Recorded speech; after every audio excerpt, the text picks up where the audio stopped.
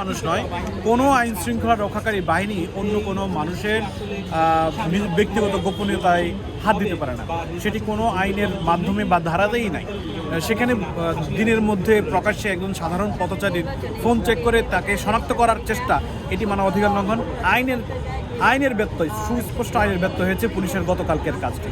গণমাধ্যম কর্মীদের হামলার আগে তারা কিন্তু অনেক সাধারণ আন্দোলনকারী থেকে শুরু করে পথচারী তার সবার মোবাইল চেক করছিল। এই দৃশ্য গণমাধ্যম ধারণ করার কারণে পুলিশ যখন জানতে পারলো, যে দেখলো যে গণমাধ্যম কর্মীরা তাদের এই অপরাধটা বা তাদের যে আইনের ব্যত্যয় ঘটেছে, সেখানে তারা যে অপরাধ করেছে সেই অপরাধটা আমরা ধারণ করেছি, তাৎক্ষণিক তারা কিন্তু পুলিশ সদস্যরা সাংবাদিকদের উপরেও কিন্তু হামলা করেছে। এটি আইনের সুস্পষ্ট লঙ্ঘন।